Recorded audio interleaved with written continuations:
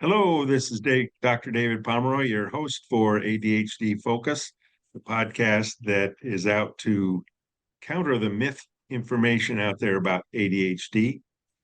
And my guest today is Linda Roggli, the founder and inventor of the Women's ADHD Palooza. And we're going to be talking about what I think is kind of the elephant in the room with ADHD, and that's shame. I think it's at the root of social anxiety, the reactive um, rejection, sensitivity, possibly, certainly a lot of depression, anxiety, a lot of the things that show up have a root in the shame we have felt and had inflicted on us. So we'll talk more about that and let you know how all that works. Linda, it's great to have you here again. Thank you so much for allowing me to be David. I really appreciate it. So tell us about the Palooza. Oh, the Palooza first. Okay, I thought we were going to talk about shame first, but let me just tell you, the ADHD Women's Palooza, it is something that I had wanted to do for a very long time, and I wanted to have a live conference for women, but then everything went online. So in 2016, Terry Matlin and I got together and said, okay, we're going to do this. We're going to have the cream of the crop of ADHD experts. And we've been doing this every year. Well, Terry's not involved in that, but she's one of my guests this year, as she always is, as is Dr. David Pomeroy. So delighted to have him on the Palooza this year as well. But we have sometimes 30, sometimes 35, sometimes 25. This year we have more than 30 experts. And this year in particular, the topics are really dazzling, I think. Yes, We're they're talking a about, great selection of. yeah, we're talking about things that we've never talked about on the Palooza, and that's my intention, is to bring new topics, new faces, new people, and the most accurate information, just as you're trying to do with your podcast, David. So thank you so much for the work that you're doing. And I invite everyone to come. It's free. You don't have to pay anything. And it's all week long from the 1st of April. And it's not a joke, even though it's April Fool's Day. We're going through the 1st of April all the way through Friday with the recordings, and you have 25 hours, 27 hours or something to listen to them free. And there's also a live event on Saturday, and you pay a little bit for that, but that gives you an opportunity to talk to other ADHD women. And frankly, that's sometimes just as important as hearing from the experts, because we are kind of experts as well. We live with this every day. Yep, And just absolutely. and just so everyone knows, I definitely am part of the tribe. So So if people just search Women's ADHD Palooza, I'm sure they'll come yeah, up with it. I'll have the actual detailed URL in the introductory text to this podcast, great. which you can find at www.targetingadhd.com, which is my website, and click on podcasts and you'll get right there. Good. So let's talk about shame and how shame shows up in ADHD, and hopefully we'll get to what we can do about it. And I'd like to start by acknowledging two people whose books are certainly my main resources on this, and I think both of them are great. The first is Daring Greatly by Brene Brown, and she talks about shame, developing shame resilience, what shame looks like for men and for women. There are different sets of things, and some of how to deal with it. The other is The Body Keeps the Score by Bessel van der Kolk, who is a psychiatrist and excellent writer. And it goes into the kind of the brain workings behind trauma and how that shows up differently in different people. And most importantly, the second half of the book is what you could do about that. But just how the brain works and how emotions and memory flip us into um, immediate reactions is wonderfully outlined in that book. So, Absolutely. Linda, you said you had uh, Brene Brown's definition of shame. I do. And I have done a lot of work with shame, with especially around with ADHD women, since that's who I work primarily with. She says shame is the intensely painful feeling or experience of believing that we are flawed and therefore unworthy of love and belonging. And if that doesn't ring a bell for everyone who's listening, I will be very surprised.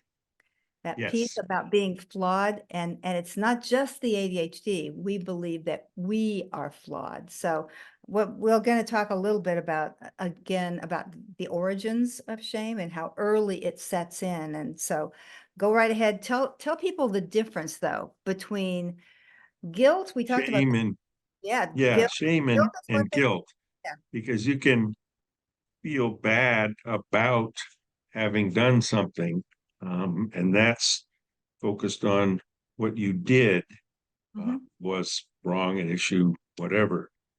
But when you feel you are bad, that's shame.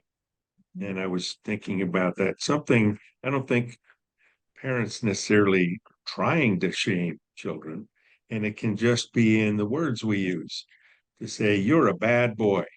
Well, Mhm. that comes across, you are bad. Mhm. As a boy, you're bad. As opposed to, you really shouldn't have done this. You did something that's not a good choice. You did something that hurt your sister. And that's a behavior, but it's not you internally. And I think as those messages get repeated, you're lazy. How come you never do this? You didn't turn your homework again. You just haven't figured out things. That starts to become our self talk. Absolutely. And then it's up, there I go again. I'm a dummy. And that's the shame part. And the sad part of that is, I want to go back and talk about little girls for just a moment, but the sad part of that is that Please. when we repeat those messages to ourselves, we suddenly aren't even aware of them because we've integrated them so Yeah. deep into who we are. Yes. And the sad part is that then we won't even attempt things that will even reinforce that because we already know we're going to fail at it. So it really Mhm. restricts our ability to even try on new things, even though ADHD loves new stuff. We were all about, Yeah. oh, this is new and shiny and so forth and so on. But so we can talk a little bit more about that later. But I just want to back up a little bit because you said something about being a Yes, bad. please. And that really is true. With those words used to come out of a lot of parents' mouths, and I would like to believe that it doesn't happen too much anymore because I think we're a little bit more enlightened. But I think sometimes even parents who know better fall back into that. And Hmm. it's so Hmm. what I'm hearing is that it's outside messages that come in. We aren't born believing that we're bad. We are born into the innocence of the world, right? And we're curious and we make mistakes. And those mistakes get interpreted as, oh, you shouldn't do that and blah, blah, blah. And so we get all these shoulds and can'ts and Good is don'ts the and all key. that kind of Yeah. stuff. Suddenly we're in this little cage of things. And for little girls, especially, girls are socialized to be social. They're socialized for relationship. Their brains are actually bathed in estrogen when they're in utero, and when they're born, they've actually had done research to show they put tiny babies, I mean, only a few weeks old, in a little carrier, and then they would have someone's face come into view, not just a face, it would be a person. And they did the same experiment with boys and girls.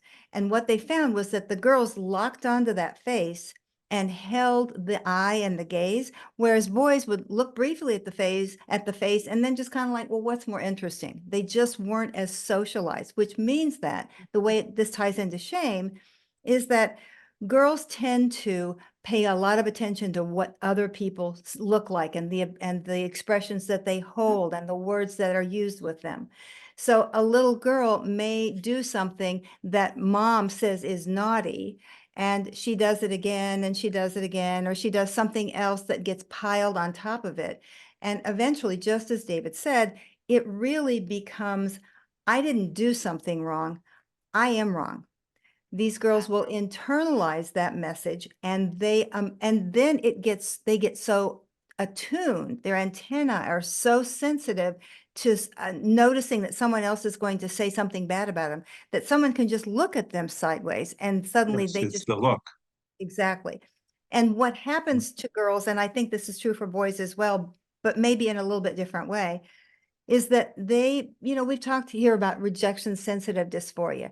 Girls tend to crumble under that. And then what they learn is that that's not very well accepted. You're walking around like a crybaby all the time, that kind of stuff. So then they begin to build the mask and the protection so that they can be feeling really hurt behind it, but be able to put on the mask and say, I'm fine. Yeah, that was really funny. Ha ha ha. Even though someone's making fun of them.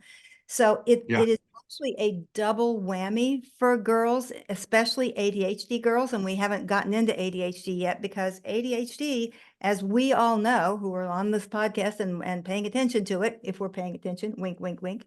Um, we have a lot of don't do that. Oh, you screwed that up. That's not good. So we have many more of those opportunities to have that negative feedback and therefore build more evidence that, so you see, I am bad. I am. And so we end up we're trying. hearing that so much. Yes, exactly. So what ends up happening is that we end up trying so hard to be good that when we aren't and we get caught, then we feel like, uh-oh, they've seen behind my mask. Now they know just how bad I truly am. And it's heartbreaking. It's heartbreaking for children to grow up with that. My granddaughter is 14 and I see it in her so much. She's not diagnosed yet. I'm pretty sure she has ADHD. She thinks she does, but I see it in her and she's so anxious and she's so worried about what people think. And it just is heartbreaking because she's amazing. All kids are amazing. They make mistakes, don't we all? Yeah. And I think certainly plenty of people worry about what someone else thinks. And I think back to, I'm sure nobody wants to go back through seventh, eighth, ninth grade again. Oh, But yes, exactly. But what I recall is the worry about, am I going to wear the right things? What are these for? What's that person saying something about me? And that, because of that socialization part for girls, is magnified. And that's one of the things Brene Brown talks about. One of those top things for women is, am I attractive? Am I wearing the right things? Am I saying the right things? Am I just look attractive?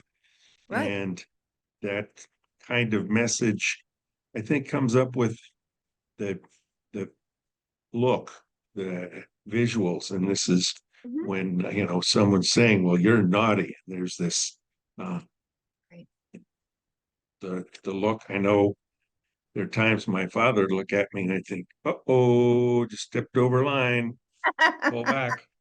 Exactly. And Exactly. one other thing that may figure in at some point, and for some people, is since people with ADHD, many of us had an ADHD parent. Not sure whether either of mine was, but and people with ADHD also, many people get into drinking a lot.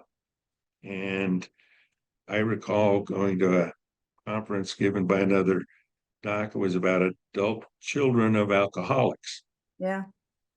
And he was writing on the board as I came in, and he said, the 3 rules of an alcoholic household: don't talk, don't trust, don't feel. I might as well have been hit by a 2x4. I Really? thought, oh, that explains a lot. And that fits into the shame of, don't say anything because you're going to get nailed about it. Right. Don't trust whether mom has a hangover or not, or what's going on. And by all means, never show how you're feeling. You And I bet. think that's Well, it's too dangerous. exactly the mask. Right. And It's too dangerous. not And it's necessarily, you don't need parents that are drinkers, but well, that, it's the uncertainty of it, though. It's like you never yes. quite know what's going to happen. Are they good? Am I good? Are they happy? Are they unhappy? And you never know. So Yeah, it's am I going to and you're make just like, another mistake because I'm a bad girl, exactly. boy? I can't do this. And then it gives rise to perfectionism, anxiety, all those, a lot of other things that are wrapped up, Absolutely. particularly in the ADHD parts of it. Absolutely. And what I was just thinking about that was that you may have grown up in an alcoholic family. Some of you may have grown up in an alcoholic family, but remember too that undiagnosed ADHD is often self-medicated with other things. And they may Yes, not have been yes. taking drugs, but they may be using alcohol, they may be using marijuana, they may be using something, street drugs, who knows? And they Or, may be using being on the internet, they may be using work, or any sex, number of things, all kinds of, gambling, all yeah. kinds of things. You're going to have that same, you can't trust who's going to show up Well, in and so other people in the world. addictions are rampant because addictions tie Mhm. into dopamine and dopamine ties into ADHD. So Yeah, when we do things that are inherently dangerous, like, oh, I'm going to gamble because this time I'm going to win big, that activates that dopamine and suddenly we're sure. paying attention just in the same way an emergency does, which is more positive, right? We don't want emergencies, don't get me wrong, Yeah. but our dopamine kicks in there too, and we're heroes Mhm. or heroines. Whereas we're gambling and we lose, they're not thought about so Right. well. And then that reinforces again, you see, you are a bad boy. Even you might be 40 years old and you're Yeah. still hearing those voices. And Right. they might not be conscious, but because as I said, they get so automatic in our brains that we have to kind of pull Absolutely. them apart. So anyway, all right. And the brain chemistry, how the brain works with other triggers show up so fast we don't even realize they're happening. Right. And this is just the qualities of the brain way it works. When you have whatever what I'd call the root event, the thing where you feel ashamed about, Right. um, that is put into memory, Mhm. and there's an emotion with it, an emotional memory. Yeah. The stronger the emotion you feel, the more indelible the memory, the Mhm. stronger it is. Well, Right. there's an area in the brain called the amygdala. I love Mhm. that word. Yeah, me too. And it has connections to more areas in the brain than anything else, any other structure. And that's the emotional filter. Every input coming in to your brain, whether it's what someone's saying, what you're seeing, anything else, passes through that filter. Mhm. And that's right next to the memory center. So there's you remember anything about this? Is there a risk here? No, it's okay. Or, oh, alert. And bang, you go right into fight or flight, faint or freeze, to other parts of that one. Nothing's going through the thinking pathways then. And that's universal. It's not just with ADD. So when someone is fighting and really angry, that's not the time to use logic because they aren't in the thinking mode. Right. And where that, if it's fight, if it's you've been shamed, people who fight blame someone else, they attack. Flight, you want to escape it, you want to numb to get away from that feeling. Mhm. Faint and is just, I want to just disappear Mhm. and freeze. And people will say this. I did it once too. Go into a test and just can't. You studied, you know the material, and it just is gone. Yeah. Um, and so that kind of thing happens so fast. Mm. It's not something, oh, well, wait a second, that's not too bad. Nope, it's happening so fast. And that's where it gets hidden. We don't notice it unless we specifically start to kind of unpack that. And this is what one of the things Brene Brown talks about in her book of when you realize, boy, this is a shame moment. And it takes some practice It to does. do that.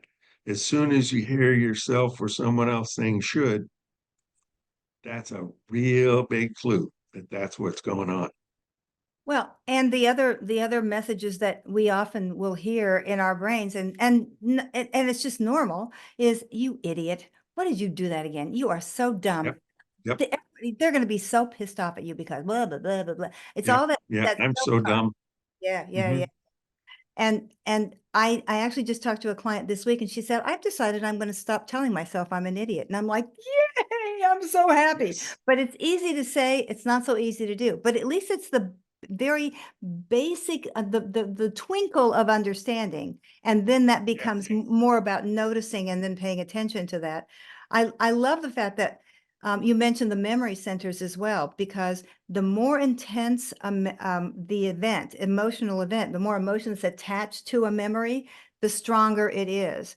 And you will probably, there are some things that trigger me that I have no idea what the original event was. I have no idea, but boy, I just collapse.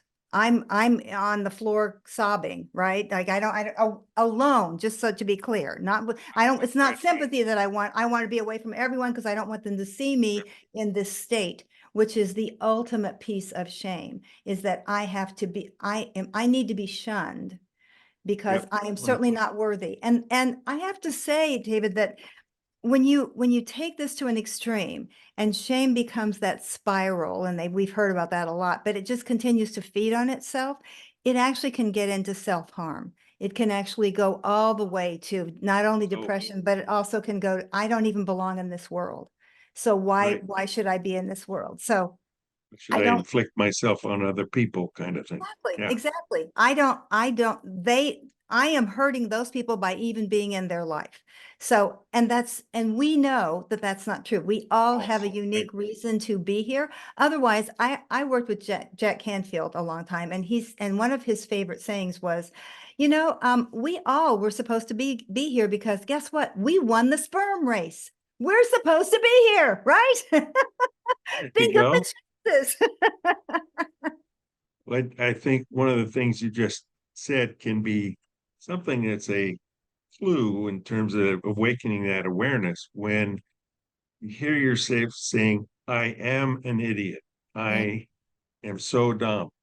yeah. That's I am. That's you're Yep, talking about who you are, yep. and saying or thinking, I did something idiotic. That's an action. Yes, you can feel guilty about it, but that's you did it, but you aren't an idiot in yourself. Yes, what a Well, good I thing to do. And that's that. Are you defining yourself as that's who I am, Right. or saying, yeah, that wasn't a good move? Yeah, I'm glad you said that because we all make poor choices. And and We I make mistakes. yeah, absolutely. And when we get to the point of, like, when I was a kid, I would rehearse things ahead of time so that it would look like it was the first time I was doing it, but it wasn't, because I'd rehearsed it because I didn't want to look stupid in front of someone else, you know? So a Mm-hmm. lot of this is outside feedback coming in, and we believe it. And that's the Yes. key, is that we believe the story that they have told us. And then it gets to the point of they can, like, for instance, when I was in high school, a group of girls was in the same department store I was with my mother, and they were laughing. I was convinced they were laughing at me. And it never even crossed my mind that they were laughing among themselves, and it had nothing to do with me. And that's one reason I think ADHD folks will take things personally. It's all of a sudden, it's always about me. And how self-centered is that? I'm sorry to say, but, Yeah. but And yeah, go it's ahead. that not sure how you're going to be received. So Yeah, you're watching and thinking about it. And meanwhile, in the background is, well, I'm not really very good. I'm not good enough, smart enough, wearing the right exactly. clothes to be on a level of with those girls. And right there, that's going to help that interpretation. Our minds jump around so fast and pull all those things together really Right. fast.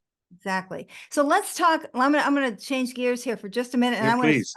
I want to delve into the shame that we have specifically around ADHD. And I Hmm. think once we are diagnosed or suspect that we have an ADHD brain, there are certain things that suddenly we are ashamed about that. And even though they're not, there's nothing, we can't change this ADHD brain. Most of us were born with it, and we're going to end up dying with it eventually, not too soon, I hope, but it's just there. So there's sometimes when we find out about our ADHD, it's like, oh my gosh, there's something wrong with your brain. like you have some mental deficiency or something. So a lot of folks will feel bad because they won't even get diagnosed, or they won't take medication because they don't want anybody to know about it. I just before our session here today, I Googled shame, and there was somebody on one of the social media things that it was an 18-year-old girl, and she said, I'm not going to take my medication because if I take my medication, then I have to actually believe that I have an ADHD. And it was so Yeah. painful for her that she didn't even want to do that. And what makes this even worse is our friends or our families may not even believe in ADHD. They ridicule it. They tell jokes about it. They make fun of it. And frankly, there's a lot of ridicule on social media at this point. I mean, it looks funny. Yeah, oh, they forgot again kind of thing. But when you're on the inside of that, it's not really that funny. No. And yeah, it really is very, very painful. So if your own family doesn't believe in ADHD, and some of my family doesn't, to tell you the truth, even though they have it, I, I, what we believe is that we don't really believe it either. It's like, I just want to read you a quote from one of the women that responded to my survey a few years ago. She says, there's a narrative running through my brain saying, it's not really ADHD. I'm just lazy. And if I tried harder, everything will be just fine. I just need to work more, use more timers, and put more reminders on my phone. Does that sound familiar to anybody? I mean, Yeah. I'm putting my finger up against like, oh my gosh, I don't even want to even have the ADHD. And the world out there is right that I'm just lazy, crazy, stupid, whatever else that is. What do you Hmm. think about that, David? I think that's definitely one of the things that comes up to me. The first step, and Sari Solden brings it up too in her book Journeys through adulthood, ADD adulthood, that accepting the fact, okay, I have ADHD. Yes, it would have been nice if I'd either known about it a long time ago and things would be different, Yeah. or I don't want to have it. Well, you do, and it's not because you're defective. I think it's a very, very uh, too bad that the words chosen to describe it in the official diagnosis is attention deficit disorder. It doesn't mean we're deficient in something. Yeah. In attention difference disorder, yes, we have a difference. We pay attention to other things. Yep. Sometimes that's good, sometimes it's not because it Yeah. distracts us. But that definitely that feeling of, oh no, I don't want to have that. And some of that, the more people have heard the negative things out there, either, Mhm. oh, well, everybody has ADHD, or you're just lazy. Don't tell me you've got that. Don't, it's an excuse. That's a crutch to say that. Yeah. No. And people who don't have ADHD, those neurotypical, or as one patient of mine says, neuroprivileged people, um, I love it. they don't understand it because it just doesn't make sense to them. Of course, you just do that. You wouldn't forget your keys or um, just go off in some other thought. When someone's talking, you stay with them and track what they're saying. Exactly. They have no concept of how that all works. I wish someone who knows a lot about programming, virtual reality things, could put together even 5 minutes of this is what it's like inside an ADHD brain. If you were in this environment and you had ADHD, this is what you'd go through. And I think most neurotypical people would tear the glasses stuff off within a few minutes. How do you do that? How do you deal with that? I agree. Yeah, hey, welcome to my world. Um, I've either learned how to sort out what the important things are, or you know what, 9 o'clock at night, my meds aren't there, and I'm having a great time all over here and there, bouncing around those ideas. Bill Absolutely. Dodson says one of the toughest jobs he has is convincing people with ADHD not to play in the sauce of their minds. I love I it. love that A great because quote. sometimes that's just a lot of fun and we can go places other people and figure out how we got there. Absolutely. Um, but We never when bore ourselves, that's for sure. We are never boring. no, no. Um, We can get bored, but but we are then not bore inside. when we get called out, Yeah, the spouse who says, were you even listening? Or without doubt, you didn't hear a word I said, did you? right, Um, and oops, there we go. I'm not considerate. I'm bad. I'm not doing the right thing. right. And it takes some work in a relationship to get that to, did you take your meds today? Or some kind of cue word that you got to come back and pay attention to me here. Exactly. Well, I mean, the thing Otherwise, is, yeah, yeah, we can be shamed because we don't take our meds. We can also be shamed if we do take our meds. Oh, you're just a drug seeking person. Oh, I get it. No, you don't really want that. That's a fake diagnosis, blah, blah, blah. Kind of going back to that other piece here. So I know we don't have an unlimited amount of time. So I just want to move on to some of these other things that yes, please.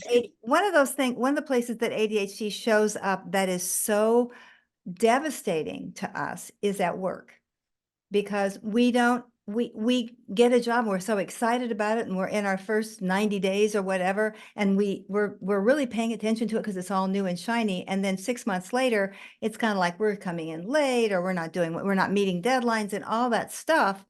And again, that has a profound impact on our standard of living because we don't earn as much money as we might. And that starts really with education because we do the same thing with getting through high school or getting Right. to college or through vocational school or whatever it is.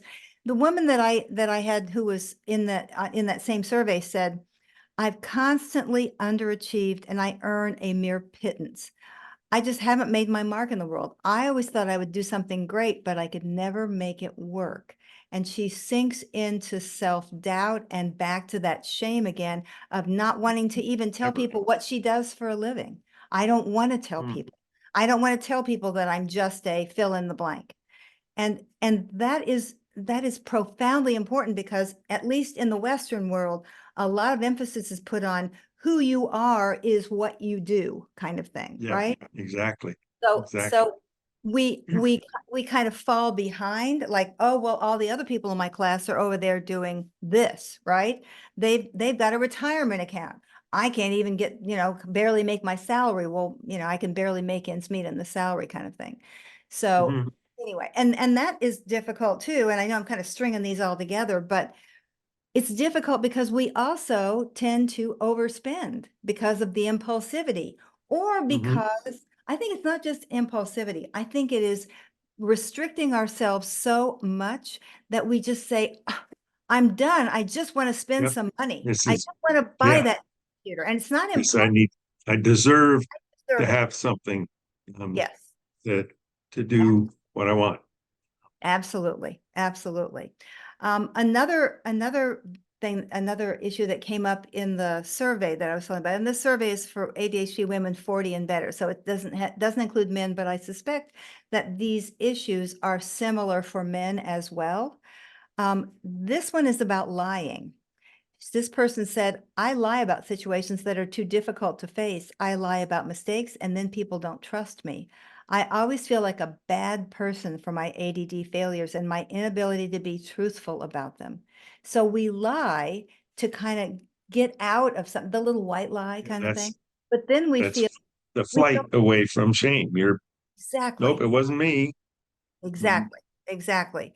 And so another reason that ADHD has so much shame is that we have this emotional volatility, right? We have this emotional, they call it dysfunction, whereas just as you said that stuff comes up instantly, that trigger, and it immediately comes forward with the amygdala, the same thing happens with emotions. We are either angry or we're sad or we're overreacting rather than responding. And that's about our untreated ADHD. Now, I must say that some of these things are about when we are untreated or our medication is worn off or we aren't taking good care of ourselves, we're not getting enough sleep, all the things that work for every single one, just so you know, not just us, but so everyone. Yeah. And when our medication wears off, sometimes we just and then Yeah. people, oh my God. And then we're feeling bad because, oh, I shouldn't have said that. I laughed too loud. Oh, I shouldn't have done that. Mhm. So that sometimes we go back in the little corner. I'm just not Yep. gonna. Yep. You want to faint. You want to just disappear. And Exactly. to the lying is okay. I'm going to escape. I'm going to fly away from this. Exactly, exactly. Well, I mean, the opposite happens too, David, is that when we Oh, yeah. shut down and everybody's talking and we just don't say anything because maybe because we can't follow the conversation because we got too much going on in our head, the sauce in our head. Or And we think we're going to say the wrong something thing. We're going to be stupid. ridiculed. Exactly, exactly, Um, exactly. that's the So this is the last one I'm going to read. It's mostly, we really hate ourselves a lot of times. Several people said this to three different people. One person said, I detest the face I see in the mirror. Doesn't that just break your heart? It breaks my heart. oh, it I hurts. know. The other one says, I ruminate over how I could have done things differently. You know how when you say something and then you put your foot in it and then you go back for 3 days and think, if I just would have said that, right? And then the final one is, no one can say anything as harmful to me as I say to myself. And that is That's that self-talk yes. is just, so Yeah. this is the universe of shame. If you didn't understand what we were talking about before, this is Mhm. the universe in which we all swim a lot of times, right? Right. And So, yeah, the self-talk um and self-compassion. right. If we stop and listen to what we're telling ourselves, would you talk to your best friend that way? Yeah, They wouldn't be your friend for too long if you did. Say, you absolutely. ninny, why did you do that? Are you kidding me? You're so dumb. You're not going to have that best friend at all. And Exactly. so we don't treat ourselves with that same consideration, with realizing, okay, people make mistakes. You made a mistake. Absolutely. Yeah, I wish you hadn't said that, and let's talk about it because I felt uncomfortable. And instead, it's, I'm so dumb. I said things again and I hurt that person's feelings, and I'm just not good at anything, I which, can't even be a good friend, for heaven's sake, you know? yeah. And the And other yeah, not good at anything is uh, that I've seen in a number of girls, it seems to be, uh, at least shows up in the academics part. If I'm perfect, if I work to and absolutely get everything perfect, then I'm not going to be criticized. So I'm going to escape being shamed and feeling that shame of being criticized. And I have so many girls in high school patients, they are up till 1 a.m. because they're determined they're going to finish all the homework and it's going to be excellent. So then they get sleep deprived because they have to get up at 6, right, but they have great grades. Well, you couldn't have ADHD, you have good grades. exactly. And meanwhile, the boys give up either by 7:30 or soon after, and they're off, whether it's video games or uh, shooting hoops outside or go hanging with friends, hopefully not speeding around in their car and getting into car accidents, which we're also at more risk for. Mm-hmm. But that perfection, and yes, I think boys feel that in a different way. And the shame is I I shouldn't be on the basketball team. I just blow it. I miss passes. I don't keep track of the plays, or you playing an instrument. And yep, there we go. I missed the notes again, and that's going to mess things up. I can't do a performance. I can't even be part of an orchestra. I shouldn't be here. Maybe you are part of the orchestra, maybe, but well, I shouldn't be here because I'm making more mistakes and I'm not able to do this one particular passage well, Mhm. and we compare ourselves to others. In that comparing, see, they can do it better than I can. I'm not good enough. And that's what it comes down to. That's what we feel. We are good enough. Well, And it takes a lot to convince us of that, I will say. oh yeah, oh yeah. And I know there are many people shaking their heads saying, no, I really am not. Well, you may not have done some things that were helpful. You may have done some things that hurt yourself or hurt others. Those are mistakes. Everybody makes mistakes, but it doesn't say that you're defective, that you are damaged goods. Not at all. And it takes a while to realize some of the ways your brain works. Other people can't do that. One person just yesterday said, and he's now a senior in college, he says, I realize I love historical research and my ADD helps me because I can really, really dig into a subject and learn and put together all the details and then put together a different picture of it than if I just kind of read a few things. And so he's learned how to channel his hyper focus Yeah. into that. He's also, he said, and now I have a really good organizing system and his different folders and everything else. Yeah. Before I just have one folder for the quotes for a paper and they were all a mess inside. So Of that's the strategy he's used. But he realized that his hyper focus, which yes, can get us into trouble, we're hyper focusing on the wrong thing, but that helped him do something he loves to do. I love it. I love it. And I love the organization system. What I always recommend to my organizing clients is that we compartmentalize things. Even if you just have to put one piece of paper in one folder and you have a title on it, I don't care. I mean, and if you file, you don't have to file alphabetically. You can file however you want to Oh file. no. Yeah. Yes. And even if you put two pieces of paper in the file, that's two more that aren't on the desk, cluttering up other Exactly. things and covering over the bills you didn't pay yet. Exactly. And it's little steps. But Absolutely. One of the things that I want to talk about a little bit is what do we do about all of this? How do yes, oh, we absolutely. So let's shift gears into something, oh my God, it's so Mhm. terrible, into, there are things we can do. And certainly strategies are important, but understanding, and that starts with understanding what ADHD is. I have some clients whose spouses or partners know more about ADHD than they do. And then unfortunately they use it as kind of a club to beat them over the head. Why aren't you Yeah, doing this? And why aren't you yes. using this strategy and all that kind of stuff? Which I just want to take just 1 second and talk about relationships. You were talking about boys and the orchestra, et cetera, et cetera. But another place that we get a lot of shame is in relationship, especially when we're Mhm. dating. And boys, it's kind of like I am the girl that I'm with, right? Or the person I'm with, maybe a boy, maybe somebody else, but I am the person. I am my goodness, and my lack of shame is based on whom I'm with in the moment. And then they break up and suddenly the shame comes all back, and it must be because I'm a terrible person. It's not, oh, I have ADHD. It's not, never that. It's always, I'm bad. They don't love me. I'm not worthy of love. And when we get older and we actually meet someone that can stand our ADHD, actually, they really do love it, to tell you the truth. That's why they chose us.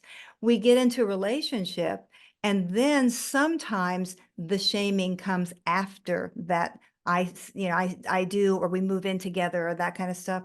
And it all of a sudden, it was fun at first to have all these exciting things going on with that ADHD brain. And suddenly it's, why can't you at least be quiet when we're talking about blah, blah, blah, So you can have a lot of shaming from an intimate relationship as well as from outside in the world. And is a horrible situation. So what Ned Hallowell says is that the two things that are most important for us ADHD folks is to have the right job and marry the right person, or be with the right person, partner with the right person, because the difference in support versus criticism is incredible, especially when it comes to that shame spiral that I was talking about Mhm. before.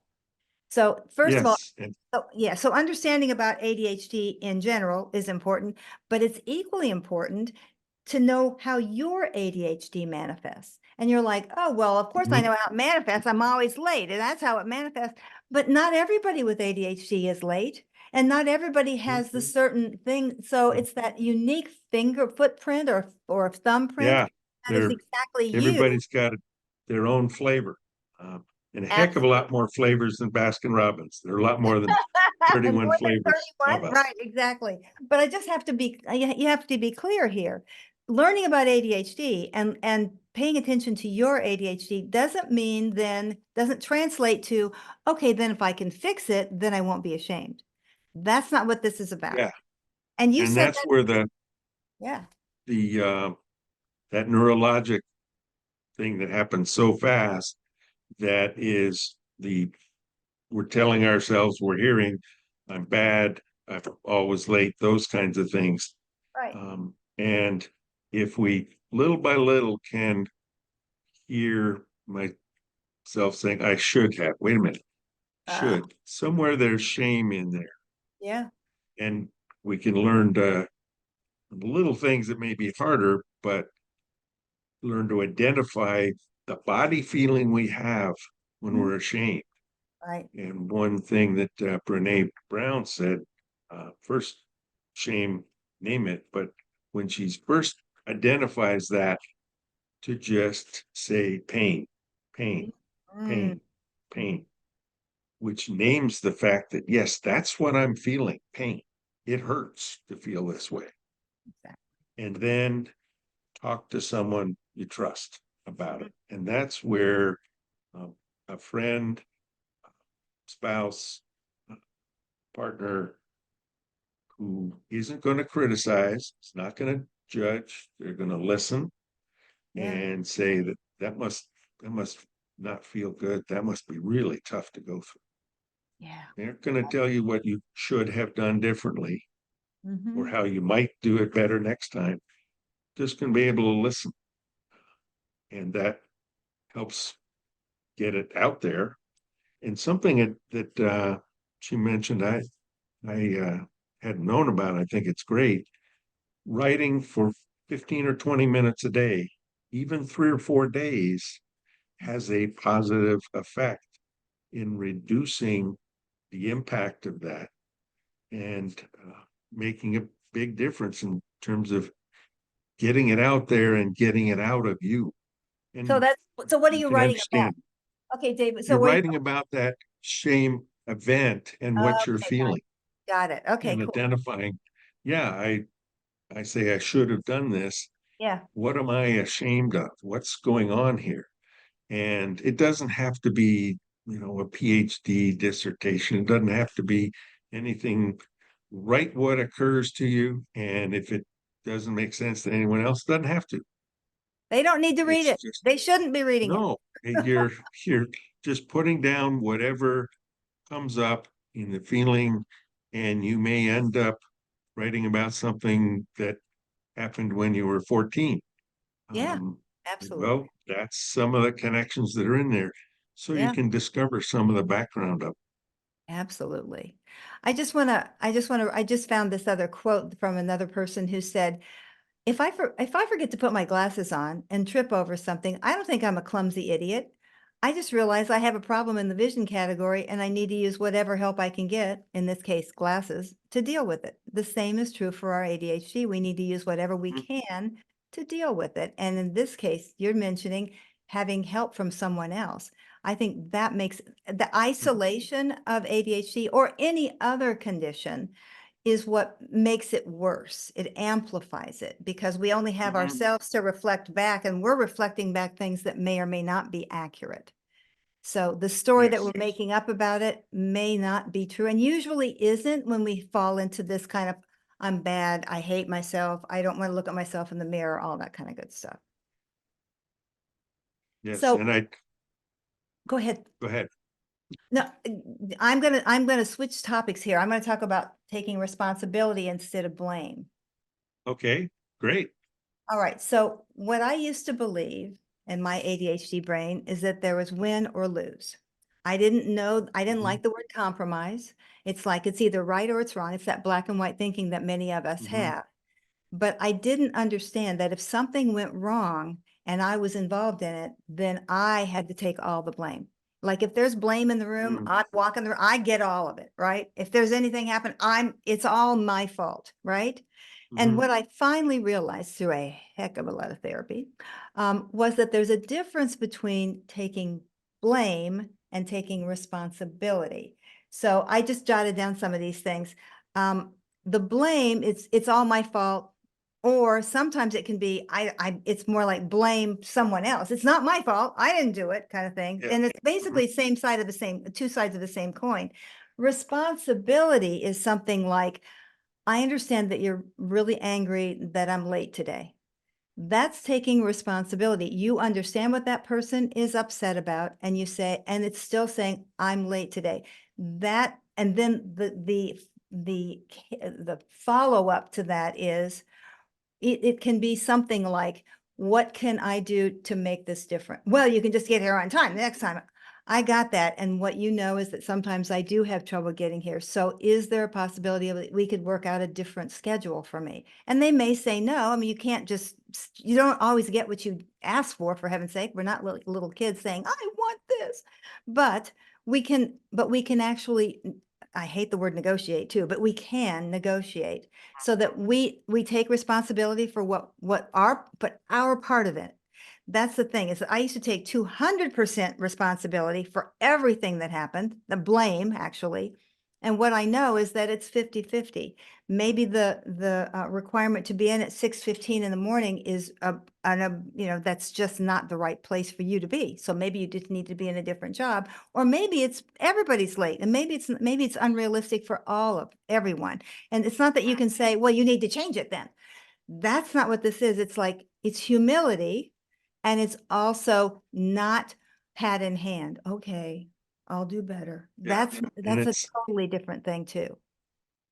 taking that responsibility in that case is one of the things that's central in Brene Brown's book, The Daring Greatly, is vulnerability. Uh, Yes, yes. allowing yourself to be vulnerable by saying, yes, I did something wrong. Mhm. I was late. You can have all the excuses you want, but it still amounts to the fact that you were late. You're walking in 15 minutes late. Um, then, yes, I was wrong. Sorry. And how can I make it up? How can I change it? And Right. okay, if the person you're talking to says, well, just don't be late. Okay, I've got to come up And with me. How can I change that? And that's where maybe talking to a coach, talking to your spouse and Mhm. going through what can I do to back up to what I thought was going to take 5 minutes that was really 15. Right. I really didn't need to wash the dishes before I went out the door, or Oh, fold darn. the laundry or do any of those things. Um, and so being aware of the time, but taking that responsibility exactly is being vulnerable and saying, yeah, that was me. I made a mistake. I'm not Exactly. dumb. I'm not inept. I'm not incompetent. I made a You're mistake. That's all. human. Oh yeah, Yes. human. Oh yeah, that kind of stuff. Well, I know we're going to be running out of time here soon, but I just want to say that the last thing on my list about what we can do about it, and there are many, many more things, Mhm. and that is to forgive yourself, which is very difficult for us. And the phrase that I always like to use is that if you could have done better, you would have done better.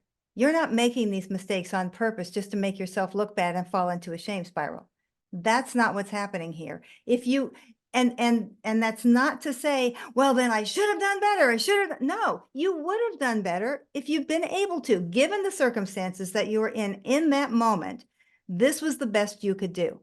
You don't say, oh, I'm just going to slough this off. I don't even care about this. Most of us do not want to do that. Most of us really do want to turn in a finished paper and do all that kind of stuff. So you go from, I'm not good enough, I've never been good enough, nothing is ever good enough, I'm going to give up, to I am good enough. I have enough. I've done enough. I forgive myself. I might even, oh my God, love myself. Well, That's asking too much, too much, yeah, too and much. well, forgive yourself. And something I'd say, if in terms of we learn by experience. What's experience? Making mistakes. Yeah, exactly. Learn from our mistakes. So that's how, when we're born, we don't know how to do everything perfectly.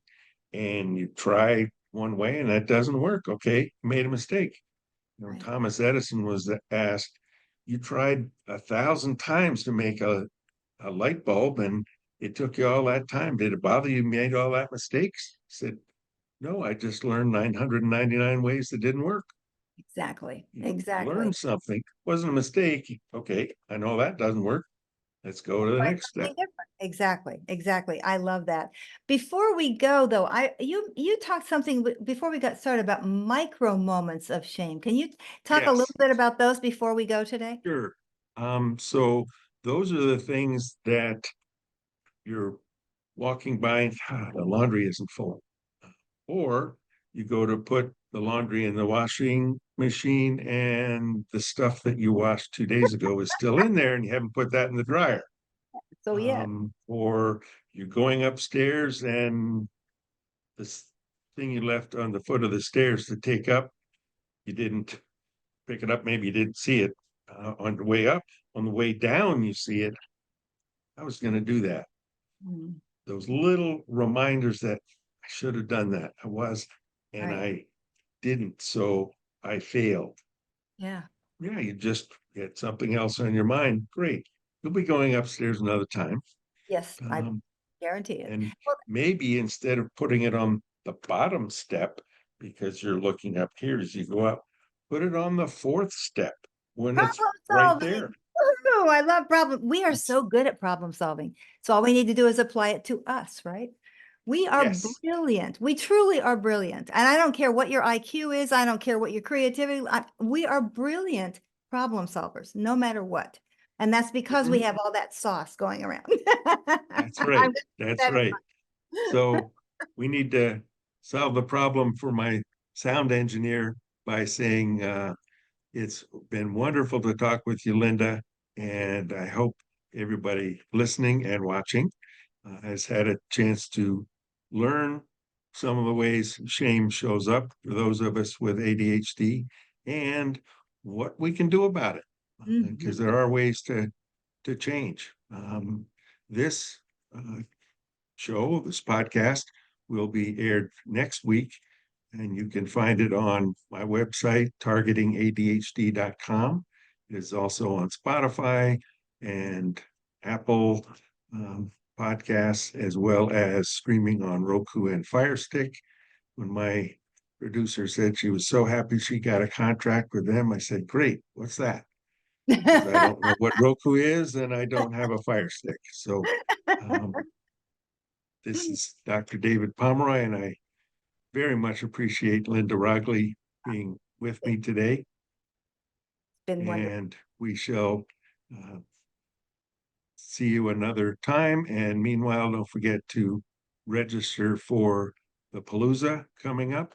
And we'll catch you next time. This is Dr. David Pomeroy, your host of ADHD Focus.